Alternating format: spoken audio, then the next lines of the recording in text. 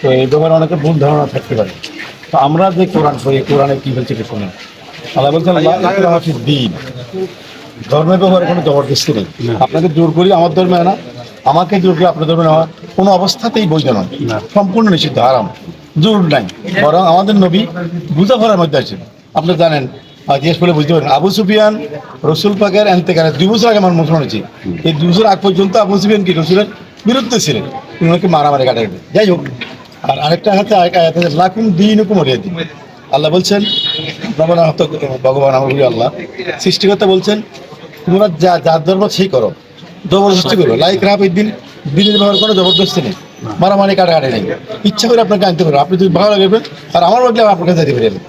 এই ব্যাপারে যারা এগুলি বাংলাদেশের লোক দেখছি আমরা এরকম, এরা একটা দুর্বৃত্তকারী, এরা তৃতীয় একটা শক্তি, অর্থাৎ ওই পক্ষের বিপক্ষের মাঝে দিয়ে একটা শক্তি টিভিটি ভালো বলতেছে।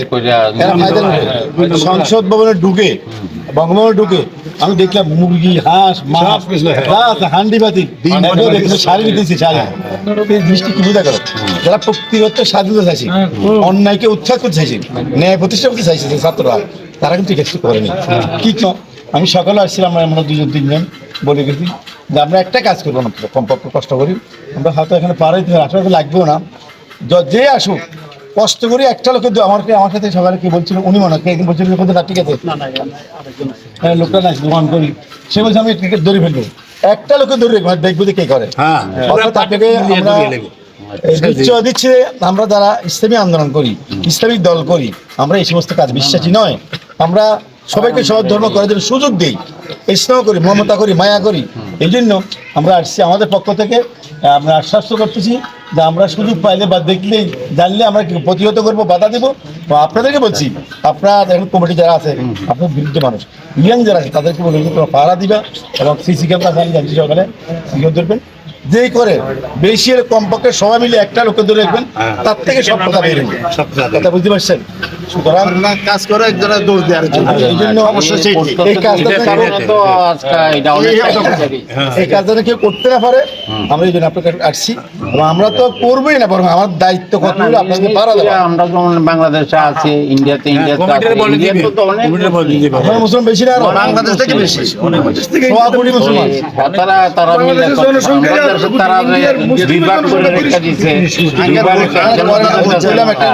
একটা গ্রুপ আছে ফায়দা ডরের জন্য, ফায়দা ডরের কাজটা করে, পরে দোষটা আমাদের বিষয় বা দোষটা আপনাদেরকে জানাবেন, যতটুকু সহযোগিতা আমরা আপনাদেরকে করবো ইনশাআল্লাহ।